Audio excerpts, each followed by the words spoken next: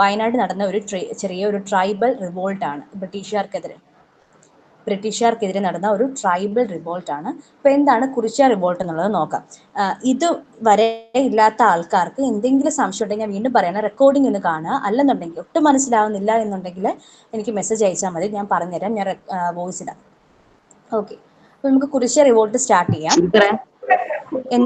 എന്തോ പറയടാ. ഈ ഫോക്കസ് ചെയ്ത് പഠിക്കേണ്ട പാഠങ്ങളില്ലേ?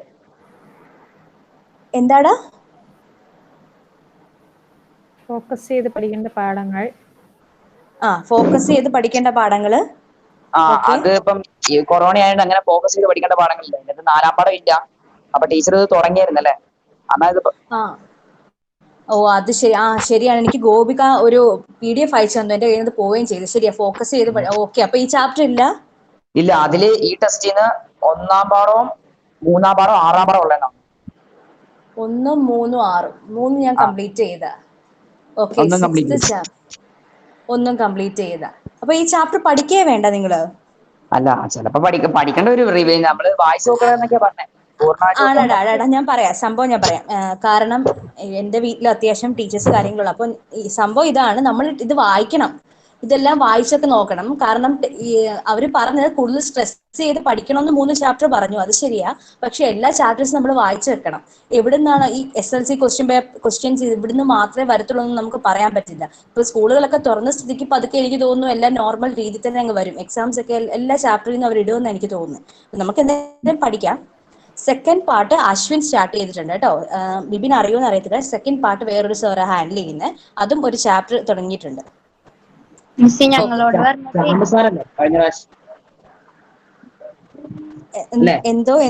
എന്തോടാ? സെക്കൻഡ് പാർട്ട് തുടങ്ങിയത് ശ്യാമു എന്ന സാറല്ലേ? ശ്യാമുന്ന് അവനെ വീട്ടിൽ വിളിക്കുന്ന പേര്. അവന്റെ പേര് അശ്വിൻ എന്നാണ്. ശ്യാമു തന്നെയാ തുടങ്ങിയിരിക്കുന്നത്. ശ്യാമു അവൻ ആ പേരിലാ കയറുന്നത്. ഓക്കെ, അമീഷ എന്താ ചോദിച്ചേ? ഞങ്ങളോട് പറഞ്ഞത് ഇപ്പൊ ഈ ഫോക്കസ് ഏരിയ തന്നിരിക്കുന്ന ചാപ്റ്റേഴ്സ് ഇല്ല അതിനകത്ത് തന്നേക്കണത്,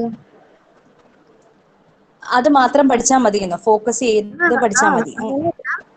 അത് പഠിച്ചിട്ടുണ്ടെങ്കിൽ നമുക്ക് ജയിക്കാനുള്ള മാർക്ക് കിട്ടും. അതാണ് നമ്മള് ഫുള്ള് പഠിക്കണോന്ന് പറഞ്ഞു. പഠിക്കണം. അപ്പൊ ഓക്കെ, നമുക്കിത് പഠിക്കാതെ നല്ലത്. കാരണം നമ്മൾ വിചാരിക്കുക അതൊക്കെ വന്നിട്ട് ഒന്നും പഠിക്കാതെ പോയി കഴിഞ്ഞാൽ ആകെ പണി കിട്ടും. എസ്പെഷ്യലി ഈ സോഷ്യൽ സയൻസ് ഒക്കെ നമ്മൾ ഉദ്ദേശിക്കുന്ന പോലെ നമ്മുടെ നമ്മൾ വിചാരിക്കും ഗ്യാസ് കയറ്റി ചുമ്മാ കൈ നിട്ടൊക്കെ എഴുതാന്ന്. പക്ഷെ പോയിന്റ്സ് ഒന്നും ഇല്ലെന്നുണ്ടെങ്കിൽ അവർക്ക് ആൻസർ കീക്കകത്ത് കൊടുക്കും പോയിന്റ്സ്. അതില്ലെന്നുണ്ടെങ്കിൽ നമുക്ക് മാർക്കൊന്നും കിട്ടില്ല. അപ്പൊ നമുക്ക് കുറിച്യ റിവോൾട്ട് നോക്കാം. Kuruchya revolt was another tribal insurgency against the British. It was organized by the Kuruchya and the Kurumba tribes of Wayanad in 1812. അപ്പോൾ കുറിച്യ റിവോൾട്ട് എന്ന് പറയുന്ന മറ്റൊരു ഗോത്രവർഗ്ഗക്കാരുടെ അല്ലെങ്കിൽ ഒരു ട്രൈബൽ ഏരിയാസിലുള്ള ആൾക്കാരുടെ ഒരു റിവോൾട്ടാണ് ബ്രിട്ടീഷുകാർക്കെതിരെ. നമ്മൾ സാന്താൾ കലാപം പഠിച്ചു, പക്ഷെ ഇത് നടക്കുന്ന കേരളത്തിലാണ്. വയനാടുള്ള കുറിച്യർ, കുറുമ്പർ എന്ന് പറയുന്ന 2 ഗോത്രവർഗ്ഗക്കാരുണ്ട്, ആദിവാസി വിഭാഗങ്ങളുണ്ട്. അവര് ബ്രിട്ടീഷുകാർക്കെതിരെ ഇപ്പോഴും ഉണ്ട്. ഇപ്പോഴും നമ്മൾ വയനാട്ടിലൊക്കെ പോയി കഴിഞ്ഞാൽ ഈ നിങ്ങൾക്ക് അറിയായിരിക്കും, കഴിഞ്ഞ വർഷം സിവിൽ സർവീസ് ക്വാളിഫൈ ചെയ്ത് ആദ്യമായിട്ടൊരു ആദിവാസി സമൂഹത്തിൽ നിന്നുള്ള ഒരാള് സിവിൽ സർവീസ് എക്സാം ക്വാളിഫൈ ചെയ്തു. എനിക്ക് തോന്നുന്നു അവർ കുറിച്യർ വിഭാഗത്തിലെയാണ്, ശ്രീധന്യ സുരേഷ് എന്ന് പറഞ്ഞിട്ട്. അപ്പോൾ ഇപ്പോഴും ഉണ്ട് അവർക്ക് അവരുടെയായിട്ടുള്ള ആചാരങ്ങളും കാര്യങ്ങളും കുറിച്യർക്കും കുറുമ്പർക്കും ഒക്കെ. അപ്പോൾ ഈ കുറിച്യരും കുറുമ്പറും ബ്രിട്ടീഷുകാരുടെ ഈ ഒരു എക്സ്പ്ലോയിറ്റേഷനെതിരെ ഫൈറ്റ് ചെയ്ത് അല്ലെങ്കിൽ അവർ നടത്തിയ റിവോൾട്ടാണ് കുറിച്യ റിവോൾട്ട് എന്ന് പറയുന്നത്. ഈ എന്തൊക്കെ കാരണം, അത് വയനാടാണ് നടന്നത്, 1812 ആ ഡേറ്റ് ഒക്കെ അണ്ടർലൈൻ ചെയ്യണം. ഈ എന്തൊക്കെ കാരണം കൊണ്ടാണ് അവർ ബ്രിട്ടീഷുകാർക്കെതിരെ ഫൈറ്റ് ചെയ്തത്? ബ്രിട്ടീഷുകാർക്കെതിരെ എല്ലാവരും അങ്ങ് ഫൈറ്റ് ചെയ്യണം, ഓരോരുത്തർക്കും ഓരോരോ സ്പെസിഫിക് കാര്യങ്ങളുണ്ട്. ഇവരുടെ കാര്യം first, imposition of excessive tax by the British. ബ്രിട്ടീഷുകാർ ഒരുപാട് ടാക്സ് ഈ കുറിച്യർക്കും കുറുമ്പർക്കും ഇങ്ങനെയുള്ള ആദിവാസി സമൂഹങ്ങൾക്കുമേ ചുമത്തി. And compulsion for paying tax in cash. അപ്പോൾ ഈ ടാക്സ്, ഈ നികുതി പണമായിട്ട് തന്നെ അടയ്ക്കണം, വേറെ ഏതെങ്കിലും രൂപത്തിൽ. ഇപ്പോൾ സപ്പോസ് നമ്മളിപ്പോൾ ബാർട്ടർ സിസ്റ്റം, ഞാൻ നേരത്തെ പറഞ്ഞ ബാർട്ടർ സിസ്റ്റം ഒക്കെ പഠിക്കുമ്പോൾ നമുക്ക് ഒരാൾ ചക്ക തരുവാണെങ്കിൽ നമ്മൾ തിരിച്ച് മാങ്ങ കൊടുക്കും, അങ്ങനെയൊക്കെ ഇല്ലേ. പക്ഷെ ഇവിടെ എങ്ങനെയാണെന്ന് വെച്ചാൽ നികുതി കറക്റ്റ് മണിയുടെ രൂപത്തിൽ, ക്യാഷിന്റെ രൂപത്തിൽ തന്നെ തിരിച്ചടയ്ക്കേണ്ടി വരും. Ceasing of agricultural land four non payment of tax. അപ്പോൾ ആരൊക്കെയാണോ ടാക്സ് അടയ്ക്കാത്ത അവരുടെ എല്ലാം കൃഷിഭൂമികൾ അല്ലെങ്കിൽ അഗ്രികൾച്ചറൽ ലാൻഡ് കണ്ടുകിട്ടും. ഈ 3 കാരണങ്ങളാണ് ഉണ്ടായിരുന്നത്. അപ്പോൾ ഒന്നാമത്തെ, ടാക്സ് ഒരുപാട് ഈ പറഞ്ഞ കുറിച്യർക്കും മേലെ അല്ലെങ്കിൽ കുറുമ്പർക്കും മേലെ ഇഷ്ടം പോലെ ടാക്സ് ബ്രിട്ടീഷുകാർ ചുമത്തി. ഈ ടാക്സ് എല്ലാം മണിയുടെ രൂപത്തിൽ തന്നെ തിരിച്ചടയ്ക്കണം. അതുപോലെ തന്നെ ടാക്സ് പഠിക്കാത്ത ആരൊക്കെയുണ്ട്, ഒരുപാട് ആൾക്കാർ കാണും. ഈ കുറിച്യർ കുറുമ്പൻ എന്നൊക്കെ പറഞ്ഞാൽ ട്രൈബൽ ആയിട്ടുള്ള ആൾക്കാരെ. അപ്പോൾ അവര് കാടിനെ ആശ്രയിച്ച് ജീവിക്കുന്ന, കാട്ടിൽ നിന്ന് കിട്ടുന്ന വരുമാനം അല്ലെങ്കിൽ അതുമായിട്ട് ജീവിക്കുന്ന ആൾക്കാർക്ക് ഇവിടുന്ന് ഒത്തിരി വരുമാനം. അപ്പോൾ പേയ്മെന്റ് അടച്ചില്ലെന്നുണ്ടെങ്കിൽ അവരെവിടെയാണോ കൃഷി ചെയ്യുന്ന അവരുടെ അഗ്രികൾച്ചറൽ ലാൻഡ് ബ്രിട്ടീഷുകാർ പിടിച്ചെടുക്കും. ഈ 3 കാര്യം കൊണ്ടാണ് കുറിച്യരും കുറുമ്പരും ബ്രിട്ടീഷുകാർക്കെതിരെ എന്ത് നടത്തിയത്, റിവോൾട്ട് നടത്തിയത്. The revolt was led by Kurichya leader Ramanambi. അപ്പോൾ ഇദ്ദേഹമാണ് കുറിച്യ റിവോൾട്ട് മുന്നോട്ട് കൊണ്ടുപോയത്. Several people other than the tribes also join the struggle. അപ്പോൾ ഈ ട്രൈബ്സ് മാത്രമല്ല ബ്രിട്ടീഷുകാരുടെ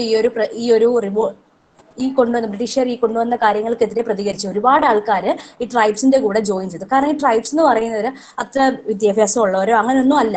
അപ്പോൾ ഇവർക്കെതിരെ ബ്രിട്ടീഷുകാർക്കെതിരെ ഈ ട്രൈബ്സ് റിവോൾട്ട് ചെയ്യാൻ തീരുമാനിച്ചപ്പോൾ വേറെ കുറെ അധികം ആൾക്കാർ, ട്രൈബ്സ് അല്ലാത്ത ആൾക്കാരും ഇവരുടെ കൂടെ നിന്നു. കാരണം ബ്രിട്ടീഷുകാർ അങ്ങനത്തെ പണിയാണ് ഇവരുടെ അടുത്ത് കാണിക്കുന്നത്. ഈ ടാക്സ് ഒക്കെ ഇത്രയും ഹെവി ടാക്സ് ഒക്കെ പേ ചെയ്ത് ഇവരെങ്ങനെ അടയ്ക്കും? ഇങ്ങനെ ചുമത്തി കഴിഞ്ഞാൽ ആരടയ്ക്കും? അവർക്ക് അതിനുള്ള വരുമാനം ഇല്ല. The British government suppress the struggle and kill Ramanambi. ഇപ്പം കുറിച്യ റിവോൾട്ട് നയിച്ച രാമനമ്പിയെ ബ്രിട്ടീഷുകാർ അങ്ങ് പിടിച്ചു, അദ്ദേഹത്തെ കൊന്നുകളഞ്ഞു. ആ എല്ലാ തരത്തിലുള്ള റിവോൾട്ടും അവർ അടിച്ചമർത്തി. അപ്പോൾ ആ സമയത്തെ തലശ്ശേരിയിലെ സബ് കളക്ടർ ആയിരുന്നുള്ള TH ബാബർ ഈ ഒരു സംഭവത്തെ നോക്കിക്കാണുന്നത് ഇങ്ങനെ: if the writers could resist 1 more month they could control the entire state. അപ്പൊ അദ്ദേഹം പറയാണ്, ഈ കലാപകാരികൾ അല്ലെങ്കിൽ ഈ ട്രൈബ്സ് 1 മാസം കൂടി അവർ ഇതുപോലെ തന്നെ മുന്നോട്ട് പോയി കലാപം കൊണ്ട് മുന്നോട്ട് പോയിരുന്നാൽ ഈ സ്റ്റേറ്റ് മൊത്തം അവരുടെ കൺട്രോളിലാവുമായിരുന്നു. അത്രയ്ക്ക് ശക്തമായ കലാപമായിരുന്നു. അപ്പം ബ്രിട്ടീഷുകാർ ഒരുപാട് പാടുപെട്ടു ഇവരെ അടിച്ചമർത്താൻ. കാരണം അതുപോലത്തെ ഒരു റിവോൾട്ട് ആയിരുന്നു ട്രൈബ്സിന്റെ ഭാഗത്തു നിന്ന് ഉണ്ടായിരുന്നത്. അപ്പോൾ 1 മാസം കൂടി ഒരു റിവോൾട്ട് മുന്നോട്ട് പോയിക്കൊണ്ടിരുന്നായിരുന്നെങ്കിൽ ആ എൻറ്റയർ സ്റ്റേറ്റും ഈ ട്രൈബ്സിന്റെ കയ്യിലായിരുന്നേനെ എന്നാണ് TH ബാബർ എന്ന് പറയുന്ന ആ സമയത്തെ sub collector, Thalassery sub collector ആയിട്ടുള്ള ആള് പറഞ്ഞു. Okay. Besides the Santhal and Kurucha revolts, several other tribal insurgencies broke out in different parts of India. The important among them are. അപ്പോൾ നമ്മള് സാന്താൽ കലാപം പറഞ്ഞു, കുറിച്യ റിവോൾട്ട് പറഞ്ഞു. ഇത് മാത്രമല്ല, ഒരുപാട് ട്രൈബൽ ഇൻസർജൻസീസ് അല്ലെങ്കിൽ ഒരുപാട് ട്രൈബൽ റിവോൾട്ട്സ് ഇന്ത്യയുടെ പല ഭാഗത്ത് നടക്കുന്നുണ്ട്. പക്ഷെ നിങ്ങൾക്ക് അതിനെപ്പറ്റി കൂടുതലൊന്നും പഠിക്കാനില്ല. അത് ഏതൊക്കെയാണെന്നുള്ളത് നിങ്ങൾ പറയുന്നുണ്ട്. പഹാരിയ റിബല്യൻ, അത് മഹാരാഷ്ട്രയാണ്. കോൾ റിബല്യൻ മഹാരാഷ്ട്രയാണ്. ഖാസി ആസമിലാണ് ഖാസി റിബല്യൻ. ബിൽ റിബല്യനും മഹാരാഷ്ട്രയാണ്. മുണ്ട റിബല്യൻ എനിക്ക് തോന്നുന്നു ബീഹാറിലാണെന്ന്, പക്ഷെ നോട്ട് ഷുവർ. ഞാനത് അടുത്ത ക്ലാസ് നോക്കിയിട്ട് പറയാം. അപ്പോൾ ഇത്രയും കാണും. പഹാരിയ റിബല്യൻ മഹാരാഷ്ട്രയിലാണ്. ഒരു സ്പെസിഫിക് ഒരു സ്ഥലമുണ്ട്. ആ സ്ഥലത്തിന്റെ പേരെനിക്ക് ഞാൻ സ്കൂളിൽ പഠിച്ചപ്പോൾ എവിടെയോ വായിച്ചിട്ടുണ്ട്. ചോത്പൂറോ അങ്ങനെ എന്തോ ആണ്. ഞാൻ അടുത്ത ദിവസത്തെ കൃത്യമായിട്ട് നോക്കിയിട്ട് പറയാം. Pahariya rebellion, Kol rebellion, Khasi rebellion, Bhil rebellion, Munda rebellion. അപ്പോൾ ഇത്രയും റിബല്യൻ ആണ് ഇന്ത്യയുടെ പല ഭാഗത്ത് നടന്നത്. പക്ഷെ ഇതിനെല്ലാം ബ്രിട്ടീഷുകാർ അടിച്ചമർത്ത് തന്നെയായിരുന്നു ചെയ്യുന്നത്. പക്ഷെ ബാക്കിയുള്ള എല്ലാ ഇപ്പം ട്രൈബ്സ് അല്ലാത്ത ബാക്കി ഒരുപാട് ആൾക്കാർ, കിങ്സും അല്ലെങ്കിൽ ഈ പട്ടാളക്കാരും ഒക്കെ ഈ ബ്രിട്ടീഷുകാർക്കെതിരെ പോരാട്ടങ്ങൾ നടത്തിയിട്ടുണ്ട്. പക്ഷെ ഇത്രയും നല്ലൊരു പോരാട്ടം, ഇത്രയും സ്ട്രോങ് ആയിട്ടുള്ള റിവോൾട്ട് ആരും നടത്തിയിട്ടില്ല എന്നാണ് അടുത്ത ഒരു ലൈൻ പറയുന്നത്. K. സുരേഷ് സിംഗ് എന്ന് പറയുന്ന ഒരു ഹിസ്റ്റോറിയൻ പറയുന്നതാണ്. The anti-British struggles of illiterate tribal communities were more aggressive, intense and continuous than any other sects, including peasants. അപ്പോൾ പെസൻസിനേക്കാളും അല്ലെങ്കിൽ മറ്റുള്ള ഏത് വിഭാഗത്തെക്കാളും ഏറ്റവും നന്നായിട്ട് അഗ്രസീവായിട്ടും വളരെ ശക്തമായിട്ടും സമരം നടത്തിയത് ആരാ? ബ്രിട്ടീഷുകാർക്കെതിരെ സ്ട്രഗിൾ നടത്തിയ ആരാ? ഈ ഇല്ലിറ്ററേറ്റ്, പഠിക്കാത്ത ഈ ട്രൈബൽ സമൂഹമാണ്, ഈ ഒരു ആദിവാസി സമൂഹങ്ങളാണെന്നാണ് ആര് പറയുന്നത്? K. സുരേഷ് സിംഗ് എന്ന് പറയുന്ന ഒരു ഹിസ്റ്റോറിയൻ, ഹിസ്റ്ററി പഠിക്കുന്ന ചരിത്രകാരൻ നമ്മൾ വിശേഷിക്കും. നമ്മുടെ കേരളത്തിൽ ഒരുപാട് ആൾക്കാരുണ്ട്. അപ്പോൾ ഒരു ഹിസ്റ്റോറിയന്റെ ഒരു വാചകമാണ് തന്നിരിക്കുന്നത്. ഓക്കെ. അപ്പൊ നിങ്ങൾക്ക് ഇത് ഒത്തിരി കാര്യങ്ങളൊന്നും പറയുന്നില്ല. കുറിച്യരും കുറുമ്പരും ആദ്യം ഈ ഒരു ബ്രിട്ടീഷുകാർക്കെതിരെ റിവോൾട്ട് ചെയ്യുന്ന കാര്യമാണ്. എന്തിനു വേണ്ടിയാണ് റിവോൾട്ട് ചെയ്യുന്നത്? 3 പോയിന്റ്സ് തന്നിട്ടുണ്ട്, അത് വായിക്കുക. പിന്നെ ഇന്ത്യയുടെ പല ഭാഗത്തും ഈ ഒരു ഇതുപോലത്തെ പലതരത്തിലുള്ള ട്രൈബൽ ഇൻസർജൻസീസ് നടക്കാറുണ്ട്. അതിന്റെ പേരുകളും തന്നിട്ടുണ്ട്. മനസ്സിലായോ ഈ ഒരു സെക്ഷൻ പഠിപ്പിച്ചത്? ഞാൻ മിണ്ടത്തില്ല, നിങ്ങൾ ഇനി അൺമ്യൂട്ട് ചെയ്ത് പറയാൻ ഞാൻ ഇന്നും സംസാരിക്കത്തില്ല. ആടാ, ബിബിന് മനസ്സിലായില്ലേ? മനസ്സിലായി. ഓക്കെ. അപ്പൊ എല്ലാവർക്കും മനസ്സിലായി കാണുമെന്ന് വിചാരിക്കുന്നു. ഇപ്പൊ ആരൊക്കെ ജോയിൻ ചെയ്തു ഞാൻ നോക്കട്ടെ, ആരൊക്കെ ഉണ്ടെന്ന്. Bibin, Ameesha, Andros, Shiju, Anna, Justin, Roy Antony, Sharon. Okay. അപ്പോൾ അടുത്തതിലേക്ക് കടക്കാം. Decline of traditional industries. ഈ ചാപ്റ്റർ നമുക്ക് കംപ്ലീറ്റ് ചെയ്തിട്ട് ഇനി 2 ചാപ്റ്ററും കൂടി ഉണ്ട്. 2 ചാപ്റ്ററിലേക്ക് പോകുന്നതിന് മുമ്പ് നമുക്കൊരു കാര്യം ചെയ്യാം. ഒരു ക്ലാസ് വെച്ചിട്ട് ക്വസ്റ്റ്യൻ പേപ്പർ ഡിസ്കസ് ചെയ്യണം. എല്ലാ ചാപ്റ്ററിലെയും ക്വസ്റ്റ്യൻ പേപ്പർ നിങ്ങൾ മാക്സിമം ക്വസ്റ്റ്യൻ പേപ്പേഴ്സ് കളക്ട് ചെയ്യണം. ടീച്ചേഴ്സ് ഒക്കെ ഇപ്പം തൽക്കാലം അങ്ങനെയൊക്കെ പറയാം, ആ ഏരിയ ഫോക്കസ് ചെയ്യേണ്ട, ആ ഏരിയ ഫോക്കസ് ചെയ്യേണ്ട എന്നൊക്കെ.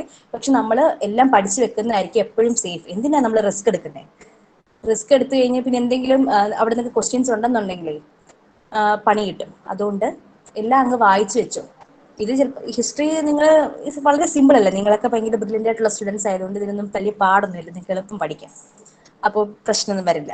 ഇനി എന്തെങ്കിലും പ്രശ്നം ഉണ്ടെന്നുണ്ടെങ്കിൽ പറഞ്ഞാൽ മതി, അതിനല്ലേ നമ്മളിവിടെ ഇരിക്കുന്നത്. 2 ടീച്ചേഴ്സ് ഇല്ലേ, അപ്പോൾ ഇപ്പോൾ എന്നെ കൊണ്ട് പറഞ്ഞു തരാൻ പറ്റില്ലെങ്കിൽ ഞാൻ പഠിപ്പിക്കുന്ന ബോറാണെന്ന് തോന്നിക്കഴിഞ്ഞാൽ നിങ്ങൾക്ക് അശ്വിനോട് സുഖമായിട്ട് ചോദിക്കാം, ഒരു പ്രശ്നമില്ല. Decline of traditional industries.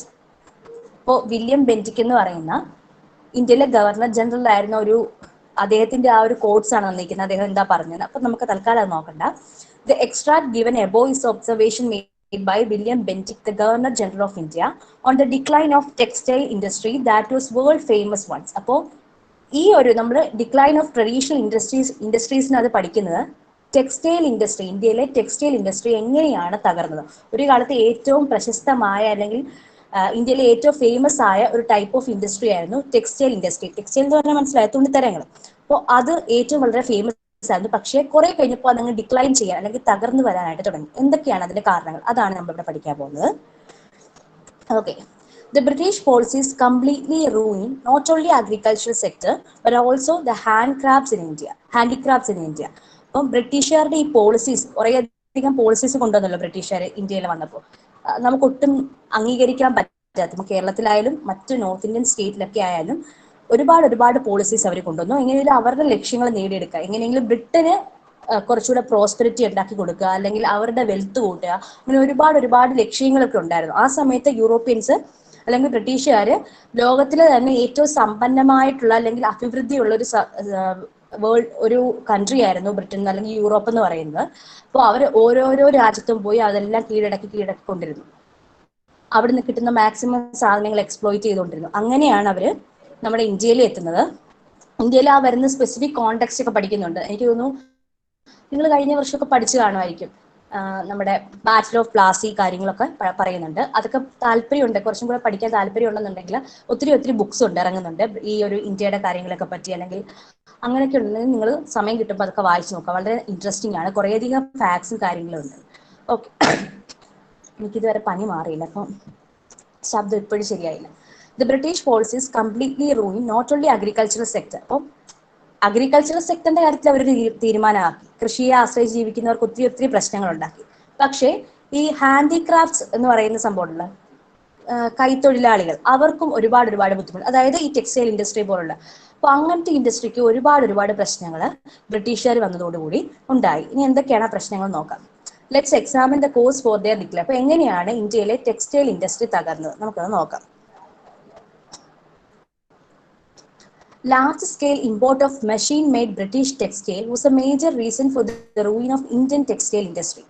Indian textile industry തകരാനുള്ള ഒന്നാമത്തെ കാര്യമാണ് മെഷീനിൽ ഉണ്ടാക്കിയ ബ്രിട്ടീഷുകാരുടെ ടെക്സ്റ്റൈൽസ്. ബ്രിട്ടീഷുകാർ അവരുടെ നാട്ടിലുണ്ടാക്കിയ മെഷീൻസ് വെച്ചിട്ടുണ്ടാക്കിയ തുണിത്തരങ്ങൾ എന്തോ ചെയ്യാനായിട്ട് തുടങ്ങി. ഇന്ത്യയിലേക്ക് ലാർജ് സ്കെയിലിൽ ഒരുപാട് ഇങ്ങോട്ട് കൊണ്ടുവരാനായിട്ട് തുടങ്ങി. ബ്രിട്ടനിൽ ഉണ്ടാക്കിയ മെഷീൻ മെയ്ഡ് ആയിട്ടുള്ള ഇഷ്ടം പോലെ തുണിത്തരങ്ങൾ വലിയ ലാർജ് സ്കെയിലിൽ നമ്മുടെ ഇന്ത്യയിലേക്ക് കൊണ്ടുവരാനായിട്ട് തുടങ്ങി. അപ്പോൾ അതാണ് ഒന്നാമത്തെ കാര്യം. ഇന്ത്യൻ ടെക്സ്റ്റൈൽ ഇൻഡസ്ട്രി തകരാനുള്ള ഒന്നാമത്തെ കാര്യം അതാണ്. ഞാനിത് പഠിപ്പിച്ചു കഴിഞ്ഞിട്ട് ആരോടെങ്കിലും ഒരാളോട് ആ പോയിന്റ്സ് ഒന്ന് പറയാൻ പറയും. അപ്പം പറഞ്ഞോണം, കൃത്യമായിട്ട് പറഞ്ഞോണം. ഞാൻ സഹായിക്കാൻ പ്രശ്നമായിരുന്നു, നിങ്ങൾ പേടിക്കണ്ട. ടീച്ചർ ക്വസ്റ്റ്യൻ ചോദിച്ചെന്ന് പറഞ്ഞാൽ ആരും ലെഫ്റ്റ് ആയിരുന്നു പോകണ്ട, പേടിക്കണ്ട. എൻ്റെ ക്വസ്റ്റ്യൻ ചോദിക്കുക നിങ്ങൾക്ക് അറിയാമല്ലോ. ഓക്കെ, ബിബിൻ മാത്രമേ ഉള്ളോ? വേറെ ബിബിന്റെ കൂടെ കുറച്ച് ആൾക്കാരില്ല, അവരൊക്കെ ഉണ്ടോ?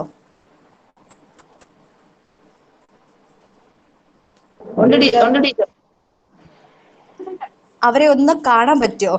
കാരണം എപ്പോഴും ഞാൻ ബിബിനെ മാത്രമേ കാണത്തുള്ളൂ, ബാക്കി ആരും കാണത്തില്ല. അവർക്ക് എന്റെ ക്ലാസ് ഇഷ്ടമല്ലാത്തതുകൊണ്ടാണ് അവർ മുന്നോട്ട് വരാത്തത്. ഇത് ബോറായതുകൊണ്ടാണ്. എന്താണെന്ന് പറഞ്ഞാൽ മതി, ഒരു പ്രശ്നമില്ല കേട്ടോ. എൻ്റെ അടുത്ത് ക്ലാസ് ബോറിംഗ് ആണെന്ന് പറഞ്ഞാലും ഞാൻ ശ്രമിക്കുക ഇമ്പ്രൂവ് ചെയ്യാൻ, അത്രേ ഉള്ളൂ.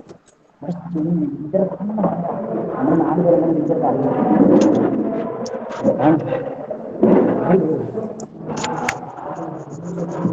ഓക്കെ ഓക്കെ, ശരി ശരി. അപ്പൊ എല്ലാരും ഉണ്ടല്ലേ? കണ്ട്. Thank you. എല്ലാരും ഒന്നും ഉണ്ടല്ലോ അപ്പൊ അടുത്ത്.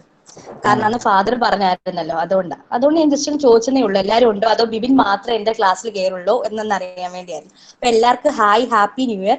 ഞാൻ ബിബിന് മെസ്സേജ് അയച്ചിരുന്നു, പക്ഷെ ബിബിൻ വീട്ടിലായിപ്പോയി, അതുകൊണ്ടാണ് കേട്ടോ. ഓക്കെ, നിങ്ങൾക്ക് എന്തെങ്കിലും സംശയം ഉണ്ടെങ്കിൽ എന്നെ കോൺടാക്ട് ചെയ്താൽ മതി, പഠിപ്പിച്ച കാര്യങ്ങളൊക്കെ. ആടാ. അപ്പോൾ നമ്മൾ ഫസ്റ്റ് പോയിന്റ് പറഞ്ഞു, അതിൽ സംശയമൊന്നും ഇല്ലെന്ന് വിചാരിക്കുന്നു. അടുത്തതാണ്, the machine made textiles imported from Britain could be sold easily for they were cheap. അപ്പോൾ മെഷീൻ വെച്ചുണ്ടാക്കുന്ന ഈ കൈ കൊണ്ടുണ്ടാക്കുന്ന സാധനങ്ങൾക്കായിരിക്കും ഏറ്റവും കൂടുതൽ വില വേണ്ടി വരുന്നത്. പക്ഷെ മെഷീൻ വെച്ചാകുമ്പോൾ നമുക്ക് പെട്ടെന്ന് അധികം സമയം എടുക്കാതെ ഒരുപാട് കാര്യങ്ങൾ ഉത്പാദിപ്പിക്കാൻ പറ്റും. അങ്ങനെ മെഷീൻ മേഡായിട്ടുള്ള ഈ തുണിത്തരങ്ങൾ ബ്രിട്ടീഷുകാർ എങ്ങോട്ട് കൊണ്ടുവന്നു? ഇന്ത്യയിലേക്ക് കൊണ്ടുവന്നു. എന്നിട്ട് അത് ലാർജ് സ്കെയിലിൽ വിൽക്കാനായിട്ട് തുടങ്ങി. അതുപോലെ കുറച്ച് പൈസയായി അവർ വാങ്ങിക്കത്തുള്ളൂ. അപ്പോൾ ഒരുപാട് ആൾക്കാർ വാങ്ങിക്കും. അവർ അവിടുന്ന് ബ്രിട്ടനിൽ നിന്ന് ഉണ്ടാക്കിയിട്ട് ഇവിടെ കൊണ്ടുവന്ന് വിൽക്കും, ചെറിയ പൈസക്ക്, തുച്ഛമായ പൈസക്ക്. അപ്പൊ ഒരുപാട് ആൾക്കാർ വാങ്ങിക്കും. പക്ഷെ അപ്പൊ ഇവിടെ അതുപോലെ ആൾക്കാരുണ്ട്, ടെക്സ്റ്റൈൽ ഇൻഡസ്ട്രി ആശ്രയിച്ച് ജീവിക്കുന്ന പാവപ്പെട്ട കൈത്തൊഴിലാളികളുണ്ട്. അവരുണ്ടാക്കുന്ന തുണികൾ ആരും വാങ്ങിക്കില്ല. ഏറ്റവും ചീപ്പായിട്ട് കിട്ടുന്ന സാധനമല്ലേ നമ്മൾ വാങ്ങിക്കുള്ളൂ. അതുപോലെ ബ്രിട്ടീഷുകാർക്ക് അന്നേരവും ലാഭമായി. അടുത്തൊരു കാരണമാണ്, the expansion of railways was also responsible for the decline of Indian textile industry. അപ്പോൾ റെയിൽവേയുടെ വളർച്ച, തീവണ്ടിയും കാര്യങ്ങളും ഒക്കെ വന്നു. അപ്പോൾ ആ റെയിൽവേയുടെ വളർച്ച കൂടി ഇന്ത്യൻ ടെക്സ്റ്റൈൽ ഇൻഡസ്ട്രിയെ കാര്യമായിട്ട് ബാധിച്ചു. അപ്പൊ നമ്മൾ ആലോചിക്കടാ, തീവണ്ടി വന്നപ്പോഴെങ്ങനെയാ? അതെന്താണെന്ന് പറയാം. It help the British to carry the imported fabrics from port towns to the interior villages and the cotton collected from the villages to the ports for exporting to Britain. സംഭവം എന്താണെന്ന് വെച്ച് കഴിഞ്ഞാൽ, ബ്രിട്ടീഷുകാർ അങ്ങ് ബ്രിട്ടനിൽ ഉണ്ടാക്കുന്ന തുണികൾ ചെറിയ ചെറിയ തുറമുഖങ്ങൾ വഴി ഇന്ത്യയിൽ എത്തിച്ചിട്ട് തീവണ്ടികളൊക്കെ വഴി പല പല ഉൾഗ്രാമങ്ങളുണ്ട്. അപ്പോൾ അതിനൊക്കെ തീവണ്ടികളുടെ ആവശ്യമുണ്ട്. അങ്ങനെ തീവണ്ടികളൊക്കെ വഴി ആ തുണിത്തരങ്ങൾ ചെറിയ ചെറിയ ഗ്രാമങ്ങളിൽ എത്തിക്കും. അതുപോലെ തന്നെ നമ്മുടെ നാട്ടിൽ കൃഷി ചെയ്യുന്ന കോട്ടനൊക്കെ വില്ലേജിൽ നിന്ന് കളക്ട് ചെയ്ത്, അതിനെല്ലാം ഗതാഗതം, ട്രാവലിംഗ് കാര്യങ്ങളൊക്കെ വേണമല്ലോ. അപ്പോൾ അത് കളക്ട് ചെയ്ത് അവരത് ബ്രിട്ടനിലേക്കും കൊണ്ടുപോകും. അങ്ങനെയാണ് ബ്രിട്ടീഷ് ഈ ഒരു റെയിൽവേയുടെ എക്സ്പാൻഷൻ ആകെ പ്രശ്നമായത്. അതായത് ബ്രിട്ടീഷുകാർ ബ്രിട്ടനിൽ ഉണ്ടാക്കുന്ന തുണിത്തരങ്ങൾ ചെറിയ ചെറിയ ഗ്രാമങ്ങളിലേക്ക്, വില്ലേജുകളിൽ എത്തിക്കുന്നതിന് തീവണ്ടി വേണം. തിരിച്ച് ഇവിടെ ഉണ്ടാക്കുന്ന കോട്ടൺ അവരുടെ ബ്രിട്ടനിലേക്ക് കൊണ്ടുവന്നതിനെല്ലാം ഈ ഒരു റെയിൽവേയുടെ എക്സ്പാൻഷൻ റെയിൽവേ വന്നതോടുകൂടി കുറച്ചുകൂടി ഈസിയായി. Thus Indians weavers lose their business in village market. അപ്പോൾ പാമ്പിടിച്ച ഇന്ത്യക്കാർ ഇവിടെ നെയ്യുന്ന അല്ലെങ്കിൽ ഇന്ത്യൻ തൊഴിലാളികൾ, നെയ്ത്തുകാർക്ക് അവരുടെ ബിസിനസ് നഷ്ടപ്പെട്ടു. കാരണം ബ്രിട്ടീഷുകാർ കൊണ്ടുവന്ന തുണി എല്ലാവരും വാങ്ങിക്കുന്നത്. അപ്പൊ ഇവിടെ കഷ്ടപ്പെട്ട് ഇന്ത്യൻ വ്യൂവേഴ്സിന് അവർക്ക് ഒരു തരത്തിലുള്ള ലാഭവും വരുമാനവും ഇല്ലാതെ ആയി. ആരും അവരുടെ തുണികൾ വാങ്ങിക്കുന്നില്ല. അതുപോലെ തന്നെ due to the higher tax levy, the price of Indian textiles exported to Britain increase, so it lose the British market.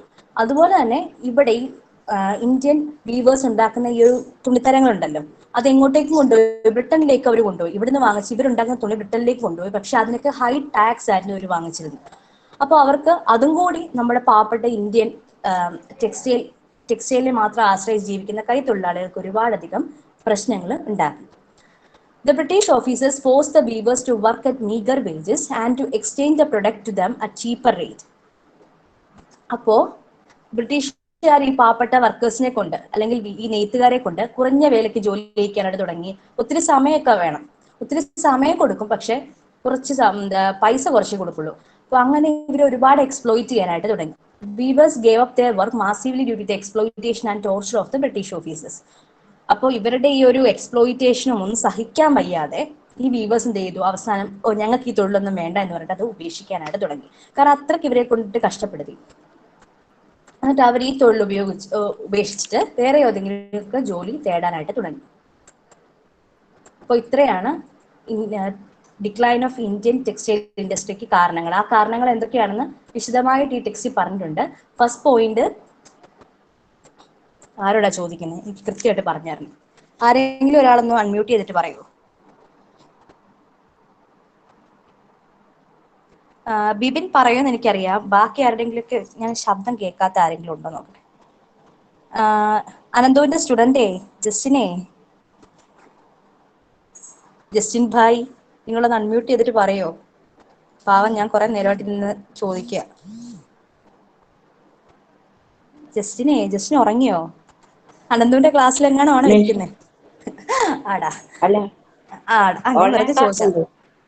Online class Ananthu online class എടുക്കുന്നുണ്ട് ഇപ്പോ? വിക്ടേഴ്സ് ക്ലാസ് ഇപ്പൊ നടക്കുന്നു.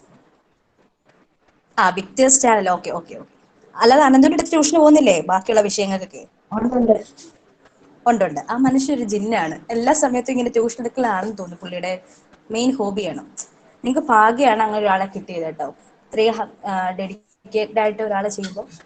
ഓക്കെ, അപ്പോൾ ജസ്റ്റ് ഒന്ന് പറഞ്ഞ ഏതൊക്കെ പോയിന്റ്സ് ഞാൻ പറഞ്ഞു. ഇന്ത്യൻ ടെക്സ്റ്റൈൽ ഇൻഡസ്ട്രി തകരാറായിട്ടുള്ള കാരണങ്ങൾ, ഡിക്ലൈൻ ആവായിട്ടുള്ള എന്തൊക്കെ കാരണങ്ങൾ നമ്മൾ പറഞ്ഞു. ടെക്സ്റ്റ് നോക്കി വായിച്ചോ, ഓരോ പോയിന്റ്സ് ഒന്ന് കേൾക്കട്ടെ. പറഞ്ഞു.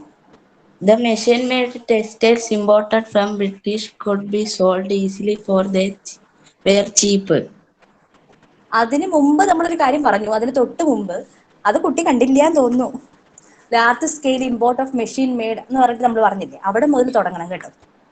പറഞ്ഞോടാ, അതുകൂടെ നീ എഴുതണം ചോദ്യം ചോദിക്കുകയാണെങ്കിൽ. വായിച്ചോടാ. The expansion of the railway was responsible for the decline of Indian textile industry. Okay. It helped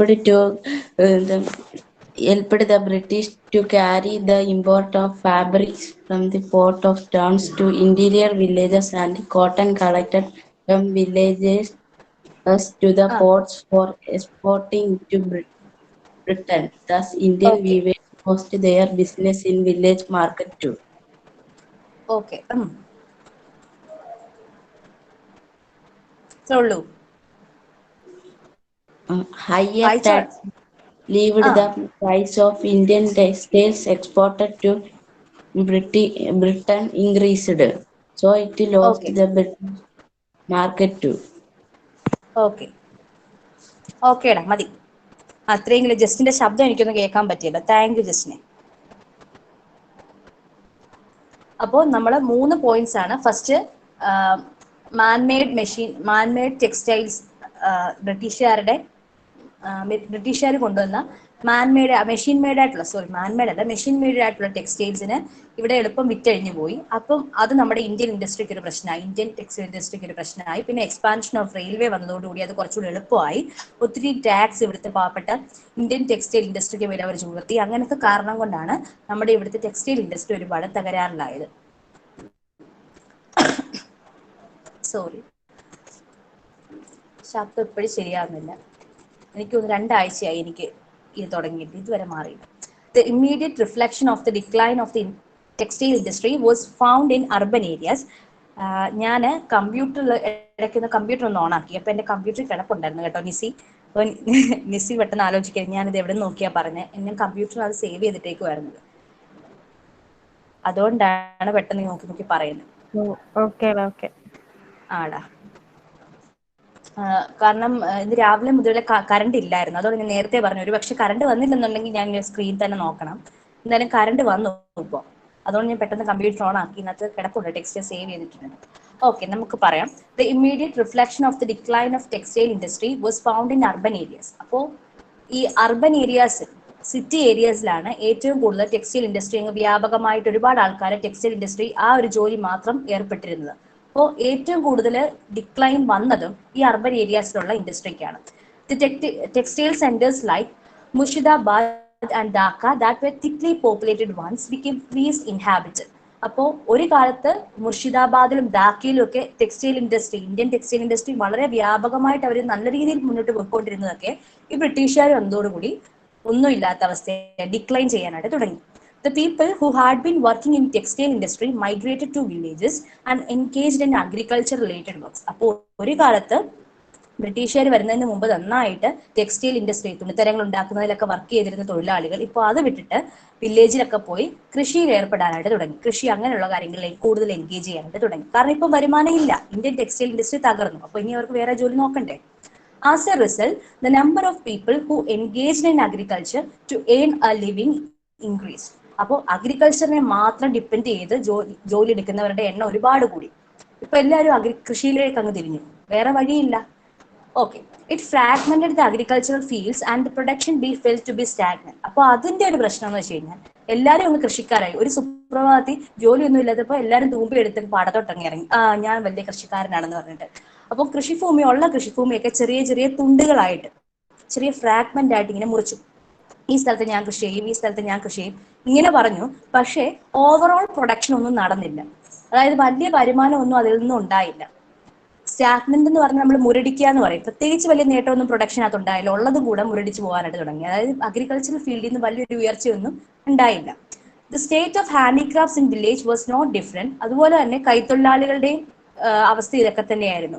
എല്ലാവർക്കും ഓരോരോ ഇഷ്യൂസും കാര്യങ്ങളൊക്കെയാണ് ബ്രിട്ടീഷർ വന്നതിന് ശേഷം അവർക്കും അവരുടെ സ്വന്തം ജോലി ഉപയോഗിച്ച് അഗ്രികൾച്ചറിലേക്ക് പോയിന്റായിട്ട് വന്നു. അപ്പോൾ വില്ലേജ് ഇൻഡസ്ട്രീസ് ഏതൊക്കെയാണ്, എങ്ങനെയാണ് ഡിക്ലൈൻ ചെയ്തത്? വില്ലേജിൽ ഒരു കാലത്ത് പോട്ടറി എന്ന് പറഞ്ഞാൽ അറിയാലോ, മൺപാത്ര നിർമ്മാണം.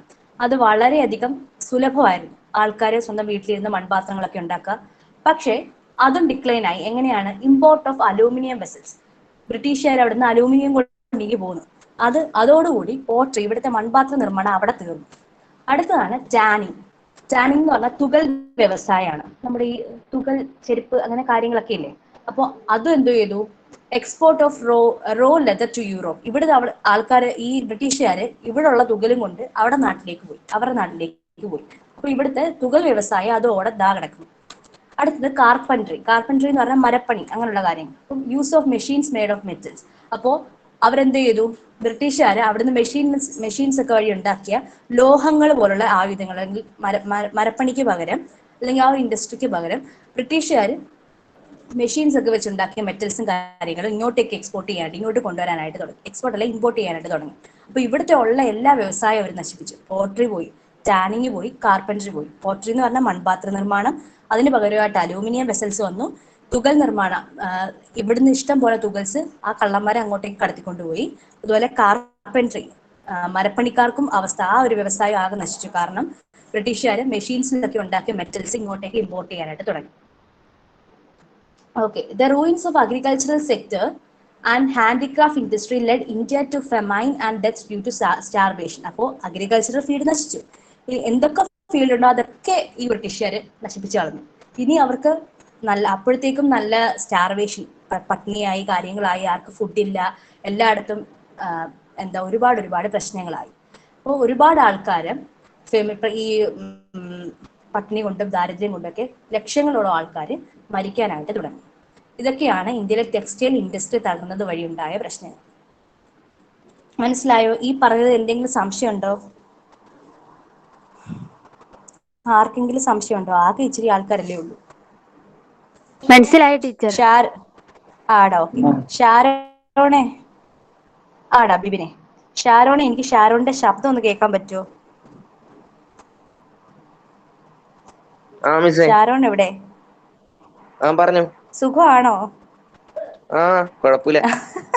സുഖമാണോ? സുഖമാണ്. ഈ ഫോട്ടോ കാണുന്ന കുട്ടിയാണോ ഷാരോൺ? ഭംഗി കിട്ടാൻ അല്ലല്ലേ? അത് ശരി.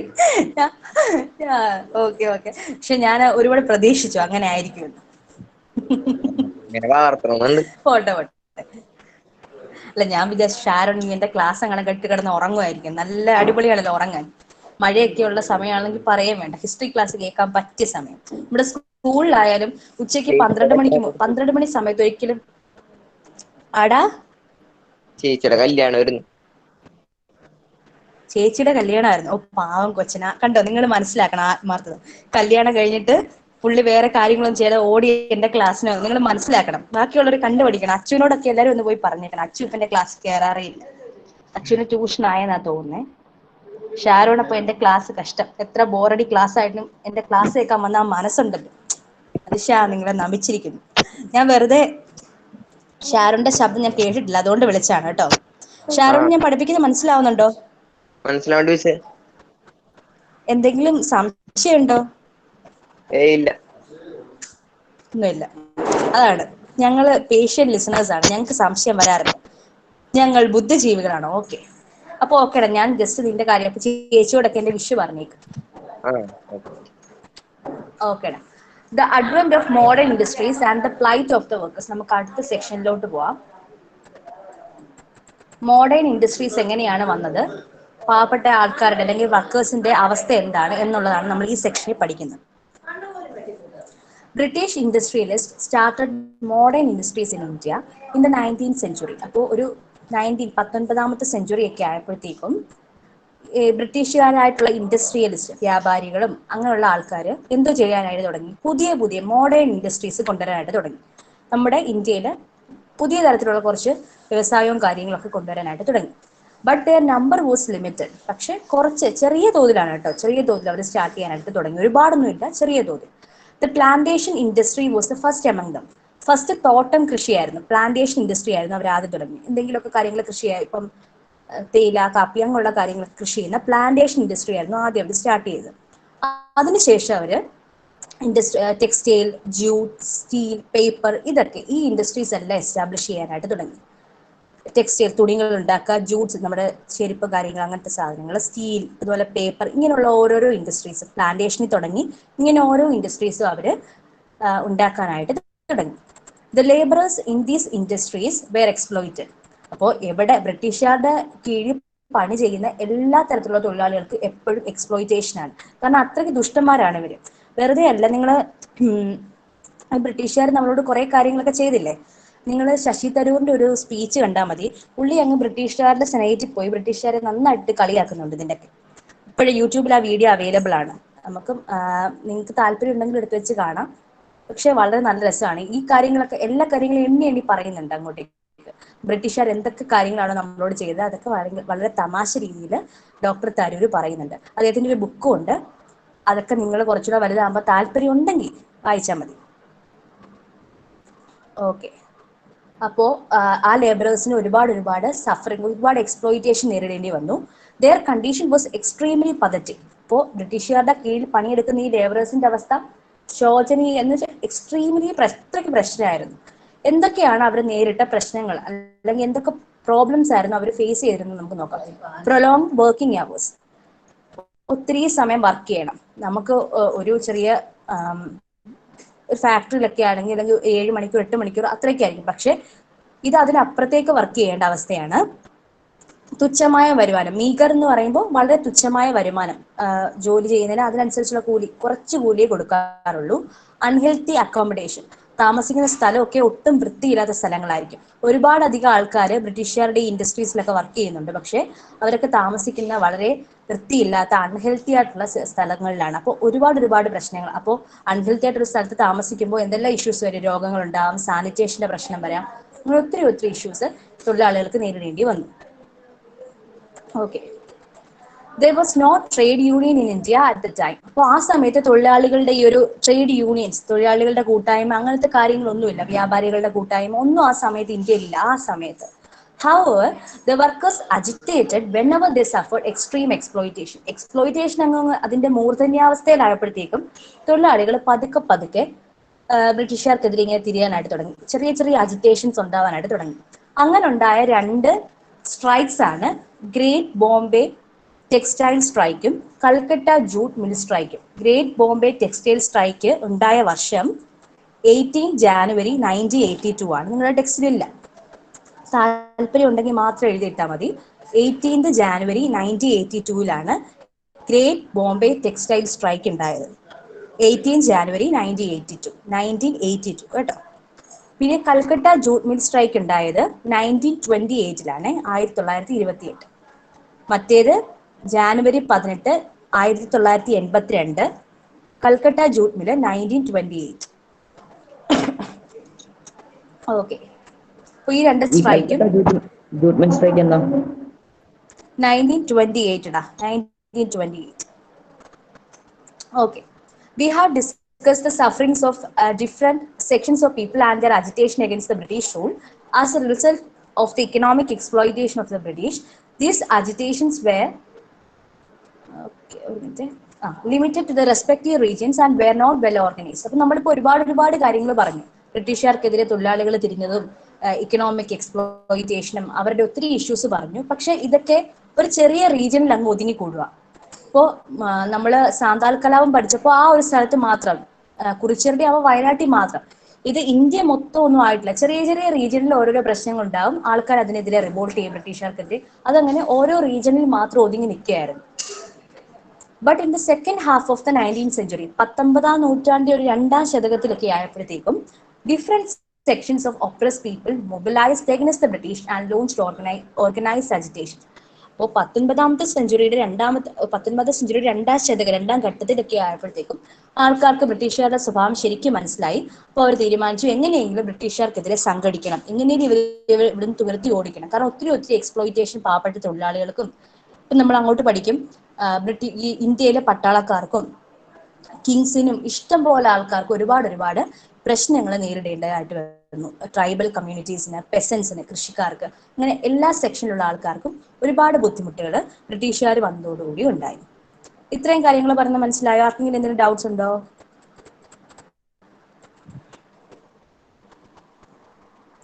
ആർക്കെങ്കിലും?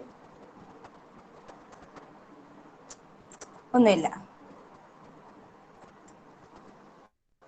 മനസ്സിലായോ? ചാറ്റ് ബോക്സിൽ കമന്റ് ചെയ്യുന്ന എല്ലാവർക്കും താല്പര്യം തോന്നുന്നു. മനസ്സിലായില്ല? ശരി. ഓ ഓക്കെ. ജസ്റ്റിനെ, ഷാരോണെ, ബാക്കിയുള്ളവരുടെ കമന്റ്സ് ഞാൻ കണ്ടു. നിങ്ങൾ നിങ്ങളുടെ ഫ്രണ്ട്സിനോടും കൂടി പറയണം ജോയിൻ ചെയ്യാൻ. നിങ്ങളിപ്പോ ഓപ്പൺ സ്കൂളിൽ പഠിക്കുന്ന ആൾക്കാരോടൊക്കെ അങ്ങോട്ടും ഇങ്ങോട്ടൊക്കെ നല്ല പരിചയമായിരിക്കുമല്ലോ. അപ്പോൾ അവർക്കൊക്കെ എന്തെങ്കിലും ട്യൂഷൻ ആയോ, എന്തുകൊണ്ട് അവർ ക്ലാസ്സിന് കയറാത്ത? എനിക്ക് തോന്നുന്നു ഒരു മാത്സിന്റെ ക്ലാസ്സിൽ കൃത്യമായി കയറുമെന്ന് തോന്നുന്നു. എനിക്ക് തോന്നുന്നു അഭിനേഷ് സാറിന്റെ മാത്സിന്റെ ക്ലാസ്സിൽ അവരെല്ലാം കൃത്യമായി കയറി. എനിക്ക് തോന്നുന്നു മാത്സ് എല്ലാവർക്കും ഒരു അസിസ്റ്റൻസ് വേണം, ഒരു ഹെൽപ്പ് വേണം. ഹിസ്റ്ററി എല്ലാവർക്കും തന്നെ പഠിക്കാമെന്നൊരു കോൺഫിഡൻസ് ഉണ്ടെന്ന് തോന്നുന്നു. എനിക്ക് പ്രശ്നമൊന്നുമില്ല കേട്ടോ, ഞാൻ അങ്ങനെ ഉണ്ടെന്നുണ്ടെങ്കിൽ അത് വളരെ നല്ല കാര്യം. എന്നാലും കുറേയധികം ആൾക്കാരുണ്ടായിരുന്നു. എനിക്ക് തോന്നുന്നു എന്റെ ക്ലാസ്സിലൊക്കെ 17-18 പേരൊക്കെ ഉണ്ടായിരുന്നു. ഇപ്പൊ ആരും ഇല്ല. എല്ലാവരും അത് ആ ഒരു കാര്യം പറയുകയും ചെയ്യുന്നുണ്ട്. ഒരുപാട് കുട്ടികൾ ഇപ്പം കുറയുന്നുണ്ട്. വീട്ടിലൊക്കെ പഠിക്കുന്ന ആർക്കും കൂടുതൽ എല്ലാവർക്കും ഇഷ്ടം വീടുകളിൽ പോയി ട്യൂഷൻ എടുത്ത് പഠിക്കുമ്പോൾ ഫോൺ നോക്കണ്ടായല്ലോ. പക്ഷെ ഇത് ഫ്രീ ആയിട്ടല്ലേ, അപ്പോൾ നിങ്ങൾ മാക്സിമം ഉപയോഗപ്പെടുത്താൻ നോക്കണം. നമ്മൾ ക്വസ്റ്റ്യൻ പേപ്പർ ഒക്കെ ഡിസ്കസ് ചെയ്യാം. ഓക്കെ, ശരി. അപ്പോൾ അടുത്തത് ഫസ്റ്റ് വാർ ഓഫ് ഇൻഡിപെൻഡൻസ് ആണ് 1857. 1887 ഫസ്റ്റ് വാർ ഓഫ് ഇൻഡിപെൻഡൻസ് എന്താണ് നമുക്ക് നോക്കാം. ജസ്റ്റ് ഒരു ബോക്സ് വന്നിട്ടുണ്ട്. Dawn of 11 May 1857, people of Delhi woke up at tumult. അപ്പോൾ 1857 മെയ് 11 രാവിലെ, ഡോൺ എന്ന് പറഞ്ഞാൽ സൂര്യൻ ഉദിച്ചു വരുന്ന ഒരു സമയമാണ്. People of Delhi woke up too, ഡൽഹിയിലെ ജനങ്ങൾ ഒരു ഭയങ്കര ശബ്ദം അല്ലെങ്കിൽ എന്തോ ഒരു പ്രക്ഷോഭത്തിന്റെ ഇങ്ങനെ കേട്ടിട്ടാണ് അവർ ഉണരുന്നത്. വളരെ ശാന്തമായി കിടന്നൊരു സ്ഥലമാണ്, എന്താണെന്ന് അവർക്ക് മനസ്സിലാവുന്നില്ല. Thousands of armed rioters were reached Delhi from Meerut crossing the river Yamuna. അപ്പം യമുന നദി കടന്ന് മീററ്റ് വഴി ഡൽഹിയിലോട്ട് ഒരുപാടധികം കലാപകാരികൾ ആയുധവുമായിട്ട് ഇങ്ങോട്ട് വരികയാണ്. The rioters include sepoys, Indian soldiers and common people. അപ്പോൾ ഈ റയോട്ടേഴ്സിന്റെ കൂടെ ഇന്ത്യയിലെ പട്ടാളക്കാരും സാധാരണ ജനങ്ങളും ഉണ്ട്. In the previous night, they had assassinated some British officers and set fire to the office. അപ്പം തലേ ദിവസം രാത്രിയിൽ ഈ സെപ്പോയ്സ് അല്ലെങ്കിൽ ഇന്ത്യൻ സോൾജേഴ്സും കോമൺ പീപ്പിളും ഒക്കെ ചേർന്നിട്ട് ബ്രിട്ടീഷ് ഓഫീസേഴ്സിനെ എല്ലാം കുറേയധികം ആൾക്കാരെ അസാസിനേറ്റ് ചെയ്യുന്ന പറഞ്ഞാൽ കൊലപ്പെടുത്തി, എക്സ്കമ്മ്യൂണിക്കേറ്റ് എന്ന് പറയും, അസാസിനേറ്റ് ചെയ്തു. അതുപോലെ തന്നെ അവരുടെ ഓഫീസിനെല്ലാം തീയിട്ടു. They declared the Mughal Empire Bahadur Shah II as the Emperor of India. അവർ പറഞ്ഞു ബഹദൂർ ഷാ സെക്കൻഡിനെയാണ് ഞങ്ങളുടെ ഇന്ത്യയുടെ അടുത്ത ചക്രവർത്തിയാക്കേണ്ടത് എന്ന് പറഞ്ഞ ഒരു ഉറക്കെ പ്രഖ്യാപിച്ചു. Soon the riots spread to other parts of the North India. North ഇന്ത്യയിലെ മറ്റു സ്ഥലങ്ങളിലേക്കും പതുക്കെ ഈ ഒരു റയറ്റ് പെട്ടെന്ന് തന്നെ സ്പ്രെഡ് ചെയ്യാനായിട്ട് തുടങ്ങി. Okay, The above description is about the revolt of 1857. അപ്പം 1887 ആ ഒരു റിവോൾട്ടിനെ, ആ ഒരു കലാപത്തെ പറ്റിയാണ് ഒരു ചെറിയ ഡിസ്ക്രിപ്ഷൻ തന്നിരിക്കുന്നത്. ആൻഡ് ഇനി എന്തൊക്കെയാണ് നമ്മൾ പറഞ്ഞു, ഒരുപാട് ഇന്ത്യൻ സോൾജിയേഴ്സും ഈ കലാപത്തിൽ പങ്കെടുത്തു. എന്തുകൊണ്ടാണ് അവർ കലാപത്തിൽ പങ്കെടുത്തത് എന്ന് നമുക്ക് നോക്കാം. Poor salary and abuse by the British officers were the major reasons for their resentment. അപ്പോ സോറി, ശബ്ദം ശരിയാവുന്നില്ല. ഞാനിങ്ങനെ ഒരു 5 മിനിറ്റ്, ഒറ്റ മിനിറ്റ്, ഞാൻ ഒന്ന്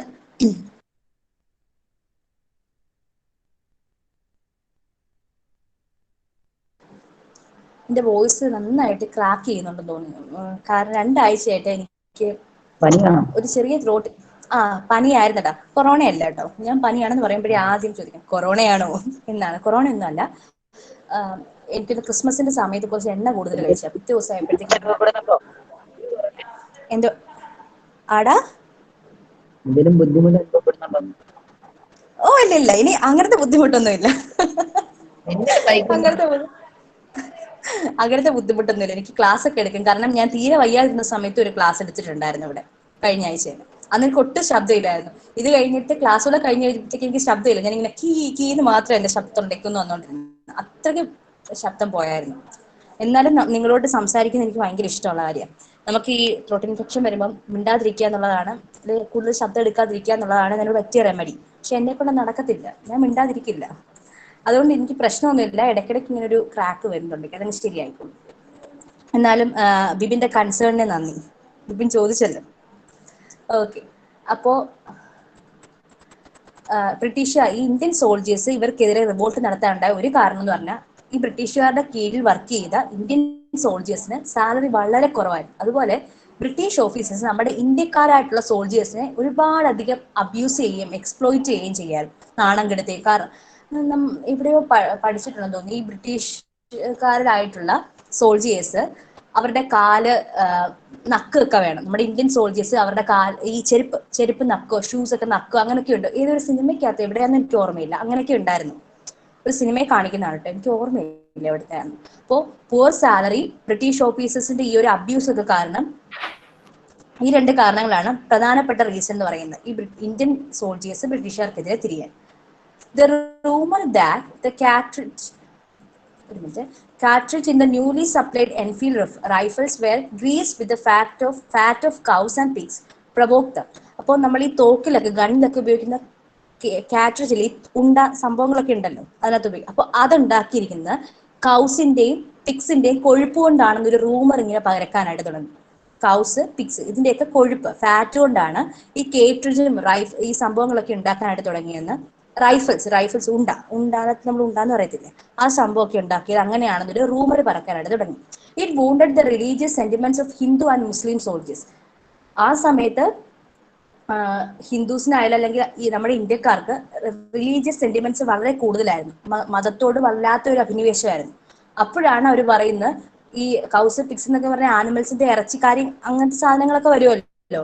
അപ്പോൾ അതുകൊണ്ടാണ് കേട്രിഡ്ജ് അല്ലെങ്കിൽ റൈഫിൾസ് ഉണ്ടാക്കിയിരിക്കുന്നതെന്ന് അറിഞ്ഞപ്പോൾ ഹിന്ദുക്കളും മുസ്ലിംസും ഒക്കെ ആയിട്ടുള്ള സോൾജേഴ്സിന് അവരുടെ മതവികാരത്തെ അത് വ്രണപ്പെടുത്തി എന്ന് പറയാം. ഇങ്ങനെയാണ് അതിന്റെ മലയാളം. ഒരുപാട് പേർക്ക് മുറിവേറ്റു.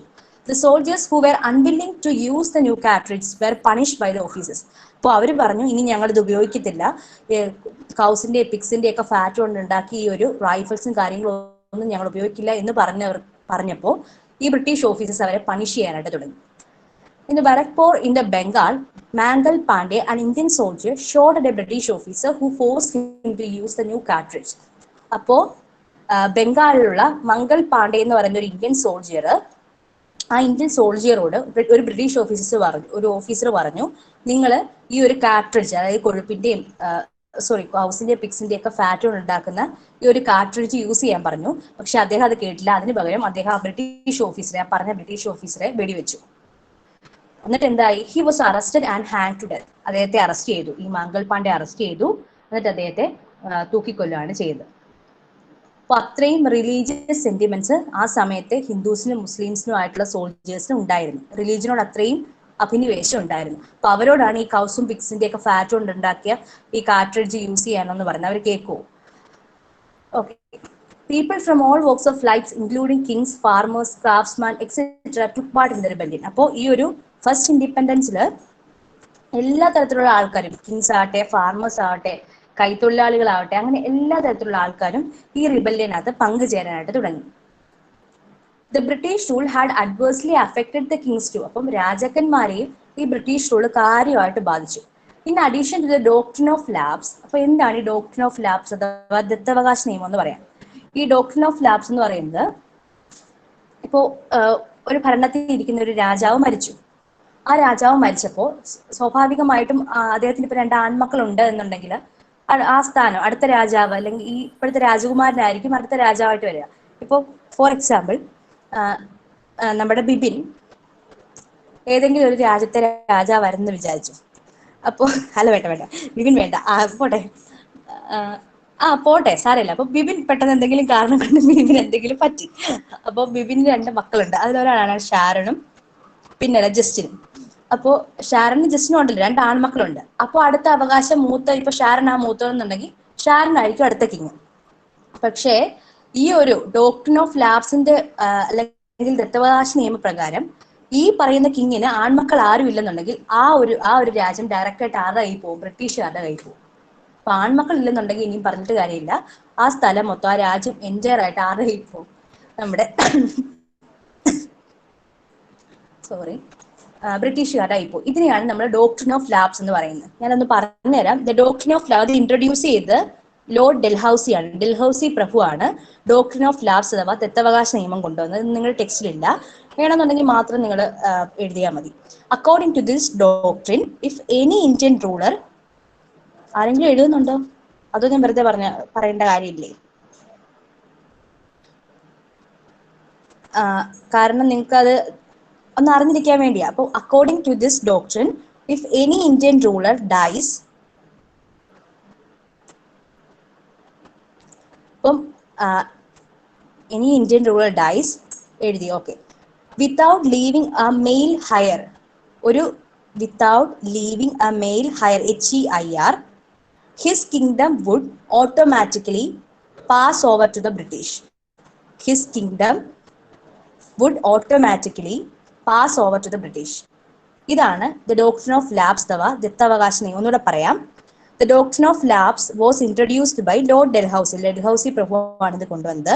According to this doctrine, if any Indian ruler dies without leaving a male heir, HEIR, heir, his kingdom would automatically pass over to the British. ബ്രിട്ടീഷുകാർക്ക് പോകും. അതാണ് ഡോക്ട്രിൻ ഓഫ് ലാബ്സ് എന്ന് പറയുന്നത്. ഇത് ഒരുപാട് സ്ഥലങ്ങളിൽ നടപ്പിലായ കാര്യമാണ് കേട്ടോ. ഉദയ്പൂർ രാജസ്ഥാനിലുള്ള സ്ഥലമാണ്, നാഗ്പൂർ, അങ്ങനെ ഒരുപാട് സ്ഥലങ്ങളിൽ ഇതുപോലെ ബ്രിട്ടീഷുകാർ ആ സ്ഥലങ്ങളെല്ലാം പിടിച്ചെടുത്തു രാജാക്കന്മാരുടെ കയ്യിൽ നിന്ന്. കാരണം രാജാവ് മരിച്ചു, ആൺമക്കൾ ഇല്ലെന്നുണ്ടെങ്കിൽ ആ സ്ഥലം ബ്രിട്ടീഷുകാർക്ക് പോകും. അതുപോലെ തന്നെ ഇപ്പം in addition to doctrine of lapse, the princely states were convicted of inefficient rule and were annexed by the British. ഇപ്പൊ ചെറിയ നാട്ടുരാജ്യങ്ങളുണ്ട്, അവിടുത്തെ ഭരണം കൊള്ളില്ലെന്ന് പറഞ്ഞിട്ട് ആ സ്ഥലങ്ങളും ഇൻഎഫിഷ്യന്റ് റൂൾ ആണ്, അവിടുത്തെ ഭരണം കൊള്ളില്ല എന്ന് പറഞ്ഞിട്ട് ആ സ്ഥലങ്ങളും ആര് പിടിച്ചെടുക്കി? ബ്രിട്ടീഷുകാർ പിടിച്ചെടുക്കാനായിട്ട് തുടങ്ങി. This made the kings to lead the rebellion. അപ്പോൾ ഇത് ആരെ പ്രകോപിപ്പിച്ചു? കിങ്സിനെ, രാജാക്കന്മാരെയും പ്രകോപിപ്പിച്ചു. അങ്ങനെ രാജാക്കന്മാരും ബ്രിട്ടീഷുകാർക്കെതിരെ തിരിഞ്ഞു. സമയം കഴിഞ്ഞു. Okay. Along with the kings and the sepoys, common people also took part in the revolt. അപ്പോൾ ഈ ഫസ്റ്റ് വാർ ഓഫ് ഇൻഡിപെൻഡൻസിനകത്ത് അതിനകത്ത് രാജാക്കന്മാരും സിപ്പോയ്സ് അഥവാ ഇന്ത്യൻ സോൾജിയേഴ്സും അതുപോലെ കോമൺ പീപ്പിൾ, സാധാരണപ്പെട്ട ആൾക്കാർ എല്ലാവരും ബ്രിട്ടീഷുകാർക്കെതിരെ പ്രക്ഷോഭം നടത്താനായിട്ട് തുടങ്ങി. They attacked the British and money lenders and set fire to their account books, deeds and documents of transaction. അപ്പോൾ അവരെന്ത് ചെയ്തു? ബ്രിട്ടീഷുകാരായിട്ടുള്ള അല്ലെങ്കിൽ മണി ലെൻഡേഴ്സിനെ ഒക്കെ അറ്റാക്ക് ചെയ്യാനും പൈസ കടം കൊടുക്കുന്ന ആൾക്കാരെയൊക്കെ ആക്രമിക്കാനും അവരുടെ അക്കൗണ്ട് ബുക്സ് ഒക്കെ കത്തിക്കാനും ഡോക്യുമെന്റ്സും ട്രാൻസാക്ഷനും എല്ലാം കത്തിച്ചു കളയാനായിട്ട് തുടങ്ങി. The salient feature of this rebellion was the active participation of the common people like farmers and craftsmen. അപ്പോൾ ഇതിന്റെ ഏറ്റവും പ്രധാനപ്പെട്ട കാര്യം എന്ന് പറഞ്ഞാൽ എല്ലാ തരത്തിലുള്ള ആൾക്കാർ ഈ റിബല്ലിനകത്ത് പങ്കെടുത്തു എന്നുള്ളതാണ്. ഫാർമേഴ്സ് ആയാലും ക്രാഫ്റ്റ്സ്മാൻ ആയാലും അങ്ങനെ സമൂഹത്തിലെ താഴെത്തട്ടിലുള്ള അല്ലെങ്കിൽ കോമൺ പീപ്പിൾസ് എല്ലാം, നമ്മൾ ലേമാൻ എന്നൊക്കെ പറയും, ലേമാൻസ്, എല്ലാ ആൾക്കാരും ഇതിനകത്ത് പങ്കെടുത്തു. Out of 1.5 lakh of people who were killed in the riots at the Awadh, a princely state, 1 lakh were the common people. അപ്പോൾ അവാദ് എന്ന് പറഞ്ഞ സ്ഥലത്ത് ഈ ഒരു പ്രക്ഷോഭത്തിൽ കൊല്ലപ്പെട്ട കൂടുതൽ ആൾക്കാരും 1,00,000-ഓളം ആൾക്കാർ സാധാരണക്കാരായ ജനങ്ങളാണ്. കിങ്സും വേറെ ആരും ഒന്നുമല്ല, ഈ പറഞ്ഞ ഫാർമേഴ്സ് അതുപോലുള്ള സാധാരണക്കാരാണ് ഈ പ്രക്ഷോഭത്തിലൊക്കെ ചത്തു എന്ന് പറയത്തില്ല, നമ്മള് മരണപ്പെട്ടത്. ചത്തെന്ന് നമ്മൾ പറയില്ലല്ലോ, നമ്മൾ ഈ മനുഷ്യരെ ചത്തത് പോയി അങ്ങനെ പറയുന്നവർ കാണും. Okay. The real strength of rebellion was the Hindu-Muslim unity. അപ്പോൾ ഒരു പ്രശ്നം വന്നപ്പോൾ ഹിന്ദുവും മുസ്ലിമും ഒരുമിച്ച് നിൽക്കാനായിട്ട് തുടങ്ങി. അപ്പോൾ ഈ റിബലിന്റെ ഏറ്റവും ഒരു പ്രത്യേകത എന്ന് പറഞ്ഞാൽ ഹിന്ദുസും മുസ്ലിംസും അവരുടെ ആ യൂണിറ്റിയാണ്, ഐക്യം, രണ്ട് കൂട്ടരും ഒരുമിച്ച് നിൽക്കാനായിട്ട് തുടങ്ങി. ആ spirit of cooperation existent among the soldiers. അപ്പോൾ സോൾജിയേഴ്സിന് ഇടയിൽ ഒരു തരത്തിലുള്ള ഒരു ഐക്യം വന്നു. Common people and the leaders, ഇവരുടെ എല്ലാ ഇടയ്ക്കും ഒരു ഐക്യം, ഒരു യൂണിറ്റ് വരാനായിട്ട് തുടങ്ങി. കാരണം ഇവർക്ക് എത്രയും പെട്ടെന്ന് ബ്രിട്ടീഷുകാരെ ഇവരൊന്ന് ഓടിക്കണം. The writers captured Delhi and declared Bahadur Shah II as the Emperor of India. അപ്പോൾ ഈ കലാപകാരികൾ ഡൽഹി പിടിച്ചിറക്കിയിട്ട് പറഞ്ഞു ബഹദൂർ ഷാ സെക്കൻഡ് ആണ് ഇനി ഞങ്ങളുടെ ചക്രവർത്തി. ബ്രിട്ടീഷുകാർക്ക് ഇവിടെ ഒരു അവകാശമില്ല, ബഹദൂർ ഷാ സെക്കൻഡ് ആണ്, രാജഭരണമാണ് ഇവിടെ വേണ്ടത്, ബ്രിട്ടീഷുകാരെ ഇവിടുന്ന് പറഞ്ഞു വിടാനായിട്ട് ഇവർ തീരുമാനിച്ചു. നമുക്ക് ആ ടേബിളിനകത്ത് കാണാൻ പറ്റും ഏതൊക്കെ ലീഡേഴ്സ് ആണ് റിവോൾട്ട് നയിച്ചത്. ഡൽഹിയിൽ ബഹദൂർ ഷാ സെക്കൻഡ് ആണ്, ഝാൻസിയില് റാണി ലക്ഷ്മിബായി, ലക്നൌവില് ബീഗം ഹാസ്റ്റഡ് മഹൽ, കാൺപൂരില് നാനാ സാഹിബ് ആൻഡ് താന്തിയ തോപ്പി, ഫൈസാബാദില് മൗലാരി അഹമ്മദുള്ള. ഇത്ര ആൾക്കാരാണ്. ഓ ഇപ്പൊ ഈ ഝാൻസിയില് ലീഡർ ആയിട്ടിരുന്ന റാണി ലക്ഷ്മിബായി അല്ലേ? അതെ. അപ്പൊ ഈ ഝാൻസി റാണി എന്നറിയപ്പെടുന്ന ഈ ബായി ആണോ, റാണി ലക്ഷ്മിബായി ആണോ? ഝാൻസി എന്നറിയപ്പെടുന്നത് ഝാൻസി റാണി എന്നറിയപ്പെടുന്നതേ റാണി ലക്ഷ്മിബായി എങ്ങാനോ? ഝാൻസി റാണി എന്നറിയപ്പെടുന്ന റാണി ലക്ഷ്മിബായി ആണോന്നോ? ആ ഓക്കെ. ഇതിന്റെ ആൻസർ നിക്ക് ഇതിന്റെ ആൻസേഴ്സ് ബാക്കി കൂടുതലുള്ള ആർക്കറിയാം? അല്ല, ഞാൻ ജസ്റ്റ് ചുമ്മാ ചോദിക്കുന്നു, ആരെങ്കിലും പറയോ? ഈ ബിപിൻ ചോദിച്ചതിന്റെ ആൻസേഴ്സ് ചുമ്മാ എല്ലാരും ഒന്ന് എൻഗേജ് ചെയ്യിക്കാൻ വേണ്ടി മാത്രമാണ്. ആരെങ്കിലും അറിയാമെങ്കിൽ ഒന്ന് പറയോ? ആരെങ്കിലും പറ, അറിയില്ലെങ്കിലെങ്കിലും ഒന്ന് പറ പിള്ളാരെ. വെറുതെ നിങ്ങൾ ചുമ്മാ ഗസ് ചെയ്യ, ആയിരിക്കുവോ ആയിരിക്കില്ലേ? ഝാൻസിയിലുള്ളതാണ് സ്ഥലത്ത്. അല്ല, നമുക്ക് ഇത്ര അറിഞ്ഞാൽ മതി. ഈ ഝാൻസി റാണി ലക്ഷ്മിബായി ഒന്ന് തന്നെയാണോ? എന്നാ നിങ്ങളൊന്ന് അൺമ്യൂട്ട് ചെയ്തിട്ട് പറയാം, എനിക്ക് നിങ്ങളുടെ ശബ്ദം ഒന്ന്. ആവോ മിസ്സേ, അടിപൊളി. അപ്പൊ എല്ലാരും റെസ്പോണ്ട് ചെയ്തു ഇല്ലേ? ഒരു പിടിയും കിട്ടുന്നില്ല. ഓക്കെ, അപ്പോ അടുത്ത ദിവസം നോക്കിയിട്ട് എടുത്ത് പറയാം. ഞാൻ എല്ലാ ദിവസവും നിങ്ങളോട് എന്തെങ്കിലുമൊക്കെ നോക്കിയിട്ട് വരാൻ പറയും. പക്ഷെ നിങ്ങൾ ആരും ഒന്ന് നോക്കി, ഞാൻ പിന്നെ അത് മറന്നു പോവുകയും ചെയ്യുമെന്ന് തോന്നുന്നു. എല്ലാത്തിന്റെ ആൻസേഴ്സ് ഞാൻ മാത്രമാണ് പറയുന്നത്. ഓക്കെ, ഇരിക്കട്ടെ. അടുത്ത ദിവസം എന്നോട് ഇതിന്റെ കാര്യങ്ങൾ കൃത്യമായിട്ട് പറയണം. എൻ്റെ കയ്യിൽ ഇതിന്റെ നോട്ട്സ് ഇരിപ്പുണ്ട്, ഈ ചോദ്യത്തിന് ഉത്തരം എൻ്റെ കയ്യിൽ ഇരിപ്പുണ്ട്. പക്ഷെ എല്ലാം ഞാൻ മാത്രമാണ് പറയുന്നത്. നിങ്ങൾ കണ്ടുപിടിച്ചോണ്ട് വരണം. ഓ സെറ്റ്, ഇപ്പൊ ക്ലാസ് അങ്ങോട്ട് കഴിയും. ആ ശരി, ഗൂഗിൾ വിക്കിപീഡിയ ആൻസർ കിട്ടിക്കഴിഞ്ഞു. പക്ഷെ ബിബിൻ ചോദിച്ച സംശയം എല്ലാരും ചോദിക്കും, ആരെങ്കിലും ഒക്കെ ചോദിക്കുമെന്നാണ് ഞാൻ വിചാരിച്ചത്. കാരണം ഈ ഝാൻസി അതുകൊണ്ട് തന്നെ എടുത്തു പറഞ്ഞു. ഝാൻസി ചോദിക്കുമ്പോൾ നിങ്ങൾ ചോദിക്കും ഈ ഝാൻസി റാണി ആണോ എന്ന്. ബിബിൻ അത് ചോദിച്ചു. സാരമില്ല, ബാക്കിയുള്ള ആൾക്കാർക്ക് സംശയം ഉണ്ടായിരിക്കും, പക്ഷെ ചോദിക്കാനുള്ള മടി കൊണ്ടായിരിക്കും. അടുത്ത ദിവസം നോക്കിയിട്ട് വരണം. പക്ഷെ എൻ്റെ നോട്ട്സ് ഇരിപ്പുണ്ട്, ഇതിന്റെ ആൻസറും ഉണ്ട്. പക്ഷെ നിങ്ങൾ എന്തെങ്കിലുമൊക്കെ ഒന്ന് ചെയ്യണ്ടേ. ഞാൻ അടുത്ത ക്ലാസ് ഓർക്കും കേട്ടോ, ഞാൻ ഡയറിയിൽ എഴുതിയിടും. Okay, the writers could not overcome the superior military power of the British and the rebellion was completely suppressed. അപ്പോൾ ഈ റയോറ്റേഴ്സിന് ഇവരെ എന്തൊക്കെ പ്രശ്നം ഉണ്ടാക്കിയെന്ന് പറഞ്ഞാലും ഈ കലാപകാരികൾക്ക് ബ്രിട്ടീഷുകാരുടെ ഒരു മിലിറ്ററി ഫോഴ്സിന് മുന്നിലൊന്നും നിൽക്കാനായിട്ട് പറ്റില്ല. അത്രയ്ക്ക് മിലിറ്ററി ഫോഴ്സ് ആയിരുന്നു ബ്രിട്ടീഷുകാർക്ക്. അപ്പോൾ കലാപകാരികൾ അവസാനം കീഴടങ്ങുകയാണ് ചെയ്തിരുന്നത്.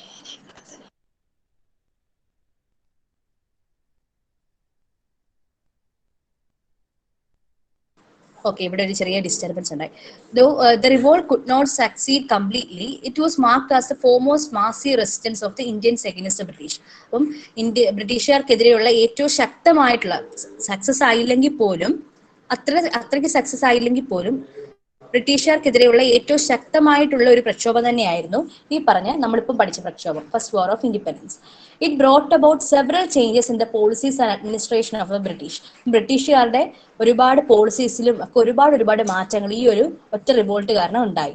The British parliament took over India from the British east India company. East India company ആയിരുന്നു ഇന്ത്യ ഭരിച്ചുകൊണ്ടിരുന്നത്. അവിടെ നിന്നും അത് ബ്രിട്ടീഷുകാർ ബ്രിട്ടീഷ് പാർലമെന്റ് അങ്ങേറ്റെടുക്കാനായിട്ട് തുടങ്ങി ഇന്ത്യയുടെ ഭരണം. ഇതുവരെ നമ്മളെ ഭരിച്ചുകൊണ്ടിരുന്ന ഈസ്റ്റ് ഇന്ത്യ കമ്പനി ആയിരുന്നു. അവിടെ നിന്ന് അത് മാറി ആര് ഭരിക്കാനായിട്ട് തുടങ്ങി? ബ്രിട്ടീഷ് പാർലമെന്റ് ഭരിക്കാനായിട്ട് തുടങ്ങി.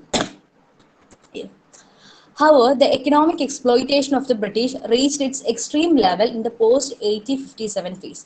അപ്പോൾ സാമ്പത്തികമായിട്ടുള്ള ചൂഷണമൊക്കെ ഏറ്റവും കൂടിയത് ഈ 1887 കലാപത്തിന് ശേഷമാണ്. ബ്രിട്ടീഷുകാരും ഇപ്പം ഭരണം ആരാ നടത്തിക്കൊണ്ടിരിക്കുന്നത്? ബ്രിട്ടീഷ് പാർലമെന്റ് ആണ്. നേരത്തെ വരെ ഈസ്റ്റ് ഇന്ത്യ കമ്പനി ആയിരുന്നു. ബ്രിട്ടീഷ് പാർലമെന്റ് ഭരിക്കാൻ തുടങ്ങിയതിനു ശേഷം ഇവിടെ സാമ്പത്തികപരമായിട്ടുള്ള ഒരുപാട് ചൂഷണങ്ങൾ ഉണ്ടാവാനായിട്ട് തുടങ്ങി. It is evident in the starvation deaths at the same time. ആ സമയത്തൊക്കെ ഉണ്ടായ ഒരുപാട് പട്ടിണി മരണങ്ങളൊക്കെ ഇതിന് എക്സാമ്പിൾ ആണ്. The second half of the 19th century, around 2 crores of people died, spread over 24 great famines. അപ്പോൾ ഒരുപാട് ആൾക്കാർ 19th century ഒക്കെ ആയപ്പോഴത്തേക്കും കോടിക്കണക്കിന് ആൾക്കാർ പട്ടിണിയും വിശപ്പും കാര്യങ്ങളൊക്കെ ആയിട്ട് മരിക്കാനായിട്ട് തുടങ്ങി. ഇത്രയാണ് അതിന്റെ റിസൾട്ട്സ്. സമയം 6:28. ഇനി എത്ര റിയലൈസിങ് ദ എക്സ്പ്ലോയിറ്റേഷൻ, സ്വദേശി മൂവ്മെന്റ്. ഓക്കെ, ഇതുവരെ പഠിപ്പിച്ചത് എന്തെങ്കിലും സംശയമുണ്ടോ?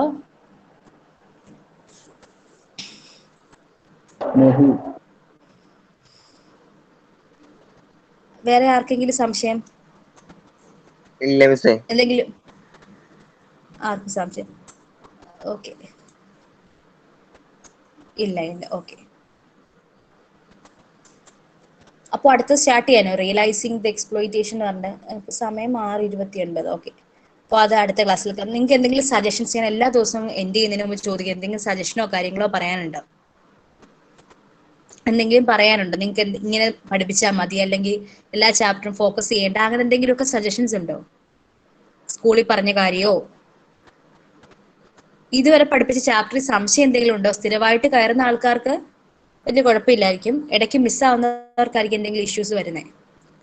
മാക്സിമം ക്വസ്റ്റ്യൻ പേപ്പേഴ്സ് ഒക്കെ കളക്ട് ചെയ്ത് വെക്കണേ. ടീച്ചറെ എന്തോ ടീച്ചറെ, എനിക്ക് ഫസ്റ്റ് ചാപ്റ്റർ ചൈനീസ് റവല്യൂഷൻ ഒന്നും മനസ്സിലായില്ല. ചൈനീസ് റവല്യൂഷൻ ഒന്നും മനസ്സിലായില്ലേ? ഇല്ല. ബിബിൻ ആ ക്ലാസ്സിലൊക്കെ ഉണ്ടായിരുന്നോ ചൈനീസ് റവല്യൂഷൻ പഠിപ്പിച്ച സമയത്തൊക്കെ? ഉണ്ടായിരുന്നോ? എന്നിട്ട് മനസ്സിലായില്ല. എന്നിട്ട് അന്ന് പറയാതെ എന്നോട് ഇപ്പോഴാണ് പറയുന്നത്. എന്തോ ഇല്ലായിരുന്നു. ഓക്കെ, അയ്യോടാ, അതാണ് ഞാൻ അതാ ചോദിച്ചേ, ഉണ്ടായിരുന്നു ആ സമയത്ത്. കാരണം ഓരോ സെക്ഷൻ പഠിപ്പിച്ച് കഴിയുമ്പോൾ ഞാൻ ചോദിക്കും മനസ്സിലായില്ലെന്ന് പറയുകയാണെങ്കിൽ ഞാൻ പറയാറുണ്ട്. അപ്പം ബിബിൻ ആ ക്ലാസ്സിൽ കയറി കാണത്തില്ല. അപ്പൊ ഞാൻ അത് ഒന്നൊരു വോയിസ് ഇടാം ബിബിന്. വാട്സാപ്പിൽ അങ്ങനെ ഒരു വോയിസ് ഇട്ടേക്കാം, അല്ലെങ്കിൽ ഏതെങ്കിലും ഒരു ക്ലാസ്സിൽ പറഞ്ഞുതരാം. ഇനി ഒന്ന് ഓർമ്മിപ്പിച്ചാൽ മതി. വേറെ ആർക്കെങ്കിലും എന്തെങ്കിലും ഭാഗം ഡൗട്ടോ കാര്യങ്ങളോ അങ്ങനെ എന്തെങ്കിലും ഉണ്ടോ? ഓക്കെ, നമ്മൾ ഈ ഒരു ചാപ്റ്ററും കൂടി കംപ്ലീറ്റ് ചെയ്തതിന് ശേഷം നമുക്ക് ക്വസ്റ്റ്യൻസ് വർക്ക്ഔട്ട് ചെയ്യാം. ക്വസ്റ്റ്യൻ പേപ്പേഴ്സ് എല്ലാം മാക്സിമം എല്ലാവരും കളക്ട് ചെയ്യണം. നമുക്കൊരു കാര്യം ചെയ്യാം, ഈ ഒരു ചാപ്റ്റർ മുതൽ അങ്ങ് തുടങ്ങാം. ഈ ചാപ്റ്ററിലല്ല കഴിയുന്നത്, പിന്നെ ഒരു 2 ചാപ്റ്ററും കൂടി ഉണ്ട് ഈ ടെക്സ്റ്റില്. കുറച്ച് സമയം നമുക്ക് ക്വസ്റ്റ്യൻ പേപ്പർ വർക്ക്ഔട്ട് ചെയ്യാം, കുറച്ച് സമയം പഠിക്കാം. അല്ലെങ്കിൽ എല്ലാം തീർന്നതിന് ശേഷം, കാരണം എനിക്ക് അടുത്ത ആഴ്ച മുതൽ എനിക്ക് എക്സാമും കാര്യങ്ങളും ഉണ്ട്, അതുകൊണ്ട്. ഓക്കെ, അപ്പോൾ ഇന്ന് ഇത്രയും മതി.